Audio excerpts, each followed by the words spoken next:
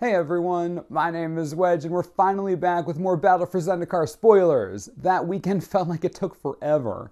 We're going to start off the week with a bang, a legendary merfolk, the return of a classic Worldwake mythic, the rest of the basic land art we haven't seen yet, and more. I hope you enjoyed the video, and if you do, remember to hit that like button, helps out a lot. Let's do this. Endless One is X mana for a 0/0 Eldrazi and enters the battlefield with X+1/+1 counters on it.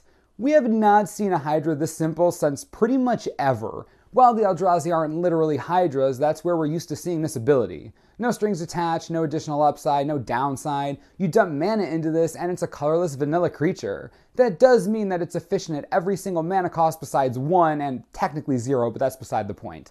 2 mana for a 2/2, 5 mana for a 5/5. This will cause even more commotion about the upcoming Hardened Scale strategy that everyone's talking about. Endless One is already a bomb and limited, but the additional value of the scales could help it find a place in Constructed. In case it wasn't clear, a creature entering the battlefield with counters on it still counts as counters being placed on it, so Endless One totally works with Hardened Scales. Lastly, this isn't Hangar Backwalker, but nothing is ever going to be Hangar Backwalker, so I'll take the power where I can get it. It's an interesting card. Painful Truth is 3 mana for a sorcery with Converge. Draw X cards and lose X life, where X is the number of colors of mana spent to cast Painful Truths. Read the Bones is 3 mana and goes just as deep as this does when you factor in Scry without having any multicolor requirements. It's also a common. Painful Truths being a rare is painful. Granted, Converge can be a powerful ability. I really think it can. It seems this card is a tad lacking. At best, you're getting 3 cards for 3 life, which isn't terrible by any means, but that's best case scenario and it's still a rare.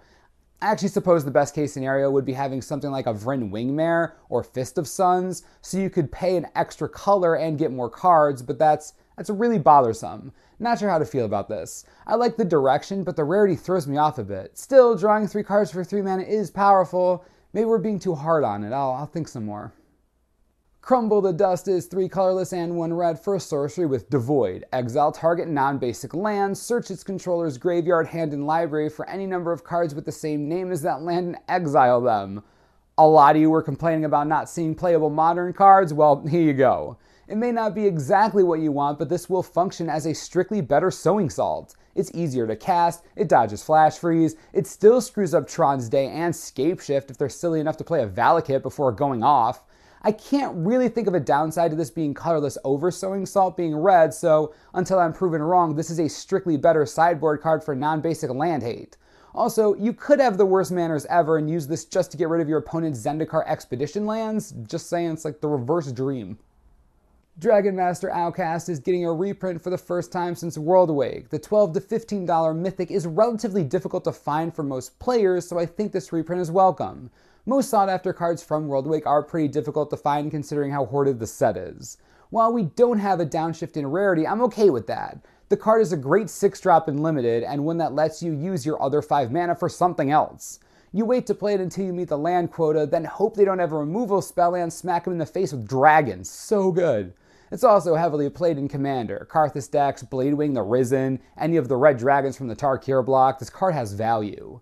Looking at Standard, we do have powerful mana ramp like Nissa, and we're sure to get more. Might want to keep an eye on this. It's basically a turn 4, 5, or 6 play, but it's a powerful one. Also, yay for money reprints. Noyan Roil Shaper is 3 colorless, 1 white, and 1 blue for a 4/4 legendary creature merfolk ally. Whenever you cast an instant or sorcery spell, you may put 3+1/+1 counters on target land you control. If you do, that land becomes a 0/0 elemental with haste. On every instant or sorcery that you cast, you just get 3+1/+1 counters. Keep stacking them on one land if you want. It's still a base 0/0, but counters add up. Make an army out of your gorgeous full art lands. Anything. This is basically free. 5 mana for a 4/4 isn't even that bad. It survives most direct damage spells in the format that we know of so far. Look, I really think this card is good. Not sure the ally creature type is going to matter here, but I know some Commander players who are already pretty happy about this. We've seen art for the full art basic lands of Battle for Zendikar trickle out over the last few weeks. Today we finally got the rest of them. Now we can look at the amazingness that is full art glory. So many fat packs, so many boxes, all the full art lands. This is basically heaven. You cannot tell me you aren't excited for these. So many fat packs. We had some really interesting cards today, including what I would say is arguably the first obvious modern playable card. Strict upgrades for sideboard tech are always cool. Let me know in the comments what you think about today's spoilers. You like, you don't like, what are you still waiting to see? I'd love to hear what you have to say. As always, subscribe for the latest and most reliable Battle for Zendikar spoiler information you could ever need. This is the Mana Source. I'm Wedge. Thanks for watching. We'll see you next time.